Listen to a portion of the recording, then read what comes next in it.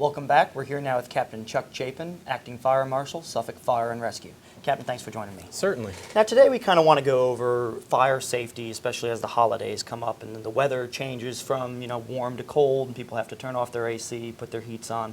So I guess we'll start with Thanksgiving because that's coming up first. Okay. What kind of safety tips do you have or people to, look out for? Yeah, the big thing with Thanksgiving, as with any of the holidays, what we're looking for is obviously to have a safe holiday season. And with Thanksgiving coming up here shortly, the main things that we need to talk about is when you're cooking, you want to make sure that you have a 3-foot clear area around your stove, Okay. A kids-free zone. The other thing is make sure that you're using electrical appliances, you're plugging them in accordingly as Okay. they should be plugged in. You're not overloading a circuit. Not multiple extension cords. Exactly. Yeah. And then the big thing again is, don't leave children alone with lit candles, things where, kids like to. Yeah, where things And- can go awry. Exactly. And the big thing is make sure that you've got working smoke detectors. I think Okay. throughout all of this, the main thing with any of these things we're going to talk about today, whether it be Thanksgiving safety, heating, Yes. it's make sure you've got working smoke detectors, carbon monoxide alarms, Okay. so on and so forth. How often should you check those types of? We recommend that you check them monthly. Okay. So that's kind of the key to that is making sure that you've got working smoke alarms. Yeah, absolutely. So I guess moving from Thanksgiving safety onto just basic fire safety, especially as, with heating and wood stoves and stuff like that, kind of talk about that and what people can, how they can be safe lighting those things up. Right. The big thing with whether it be a wood stove, heating appliances, everybody's got different means of keeping themselves warm during the season. You want to make sure that you've got equipment that's been tested Okay. by an independent, a UL laboratory type equipment. Make sure if you're installing a wood stove or a pellet stove that you have a qualified professional install it. Okay. If you're utilizing an existing chimney, you want to make sure that you have the chimney inspected by Okay. a licensed inspector, and make sure that it's clean. Okay. We have had a few incidents over the past couple of weeks with the temperature changing of chimney fires where Have the we? Okay. creosote has built up and it's caused, they've started the stove and now Okay. they've got a small chimney fire. Again, that 3-foot rule, make sure that you keep everything away from, your heating appliances. And when we say that, anything flammable, Any- stuff like that. Anything Yeah. flammable, kids-free zone, again, that 3-foot area around there. And again, the big thing is make sure that if you're utilizing wood stove, pellet stoves, gas, furnaces, Yeah. all of that, that working smoke detector and that carbon monoxide alarm is going to be key because carbon monoxide is a colorless, odorless gas, Okay. which is a product of incomplete combustion. Okay. So you have it. It could be You don't going even on, know and you about wouldn't it. know that Yeah. it was going on. Are there until- symptoms that you feel? You could present with, sometimes people describe it as a ringing in their ears. Okay. They're very very lethargic, just want to sleep. Okay. And then as it progresses, you'll see the real cherry face. Okay. And at that point, usually their levels are extremely high. Got it. So definitely make sure that you're testing those Absolutely. alarms at least once a month. Mm-hmm. Okay. Some of the other things, electric heaters, you want to make sure that you keep those away from any combustibles. Okay. Again, everybody likes to put their electric heater right up next to right- their yeah, yeah. recliner, and they kick back, and over time, that will actually, the radiant heat, will actually start to break down the materials of the Oh, wow. recliner if it's too close. Especially if they doze off or anything Correct. like that. Yeah. So you want to make sure that you keep that rule 3 feet. of 3 Yeah. feet from any combustibles. Make sure that when you go to sleep at night, turn off the heaters. Okay.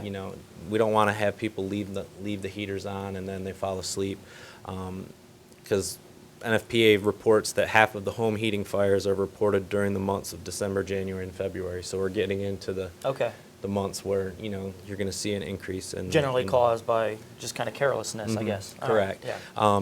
If you do utilize a fireplace or a wood stove, you want to make sure that if you take the ashes out, make sure you put them in a metal container. Okay. And when you put them in the metal container, please don't put them up right next to the house because they still hold heat. Oh, okay. So you want to make sure that you set the metal container a distance away from any structure, Okay. whether it be the garage, your house. Let's set it out away from anything where if it was still hot, Okay. it could possibly, A start bit a of fire. wind or whatever. Okay. In the event, with storms Yeah. coming, the possibility exists of power outages, Mm-hmm. or unfortunately, some people just can't afford to keep the lights on, so Yeah, they're going to yeah. go to a different means to do that. And what we've seen is, they'll utilize a generator. Okay. The problem with utilizing a generator is if they're utilizing it for heat, to keep the house electricity going, Mhm. they're probably going to have it close to the house. Okay. Some people we found where they On the actually porch or had whatever? had it in the house Oh, running. wow. And again, that's just putting that carbon monoxide back into Yeah, into absolutely. the house. So you want to make sure that if you're utilizing a generator, make sure that it's a distance from the house, Mhm. the most that you can. It's well ventilated. Okay. You don't want to have it near your front door where your, furnace may kick on if Yeah, you were absolutely. utilizing, and now it's sucking the exhaust from the generator into the house again, and that's just going to put Yeah. that in there. But if you've got working carbon monoxide alarms and smoke detectors, then It should be. it should be Yeah. good. And I guess some things not to do, like sometimes you hear about people, using their stove or something to heat their homes. Correct. And these are just, or leaving the electric heaters on. That's just not a smart idea. No, not at all. And the main thing with that is, if you've got little ones around the house and you've got an oven door that's now open and, you've got the oven set to 500 degrees to warm the house, the chances of someone a child going up, burning themselves, Yeah. or, you just fall asleep and now the oven's wide open, it's going to get to the point where, Absolutely. it's extremely hot And dangerous. Dangerous. Yeah. So, And especially, with the holidays, with Christmas coming, people like to have holiday parties, and now a big thing is kind of indoor, outdoor, doing a Right. bonfire outside.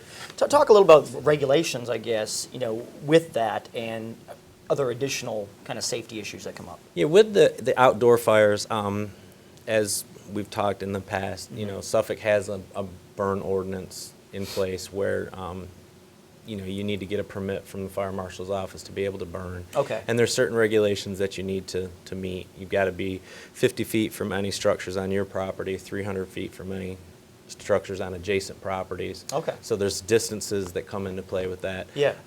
If you're in a hub neighborhood, where the houses are really close, we're not going to issue a burn permit for that. Okay, yeah. Obviously, because of the distances. However, recreational fires, something where you're just sitting out around the, campfire. Yeah. That's acceptable, and that Okay. doesn't fall under the ordinance. However, we still recommend that you have your water source there, that it's, 15 feet from the house. So, and you're burning just strictly sticks, no household trash or Yeah, construction throwing debris. things in there just to Correct. try to get the fire going, but But that's the big thing with that, and making sure that when you're done with it, you extinguish it you're properly. extinguishing it. You're not leaving it unattended. Don't just throw water and walk away. Make Correct, Sure that make it's sure that actually it's out. Done. And the big thing with the holiday entertaining, if you're having a party indoors, make sure that your guests know where the exits are. I know Okay, we yeah. take it for granted That's a s- that yeah, you don't even think somebody about that. comes, someone comes into your house, they come through the front door. Well, we're creatures of habit, so we're going to go out the way that we came in. But Yeah, absolutely. if that was blocked, what would be another alternative to get out? Mm-hmm.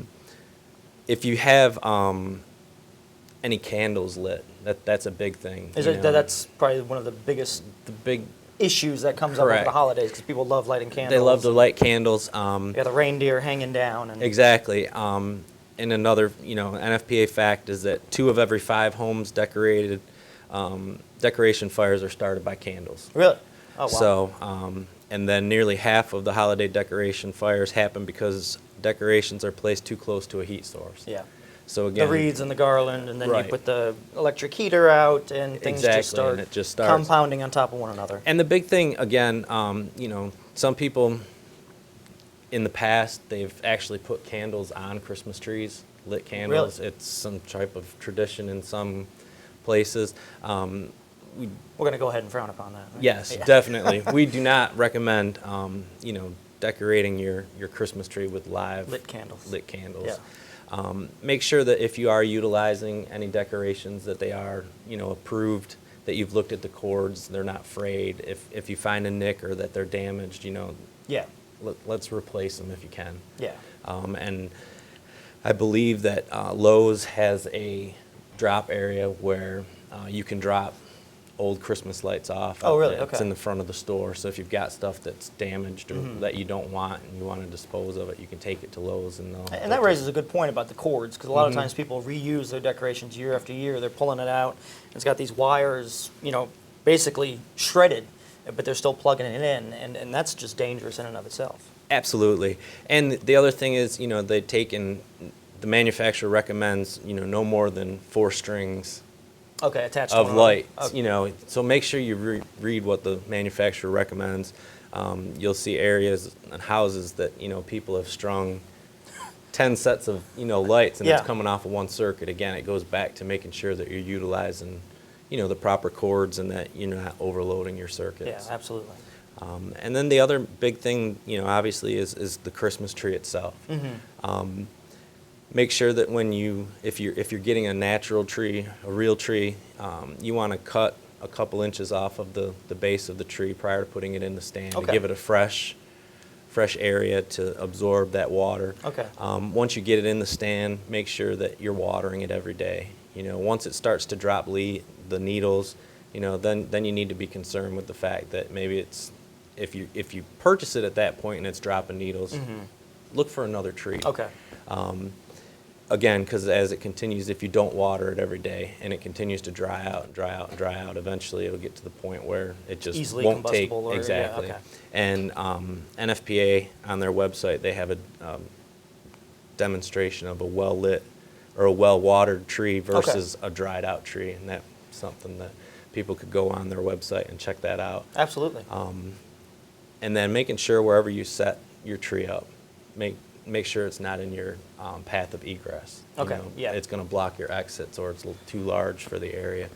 So certainly the takeaway is definitely, the 3-foot rule and making sure those fire detectors and the carbon monoxide detectors are definitely working in order, and just being smart generally about the holidays in just general. take that extra second to make sure that you're being safe. Yeah. And if we do have cold winter nights, make sure you check on your neighbors. Yeah, okay.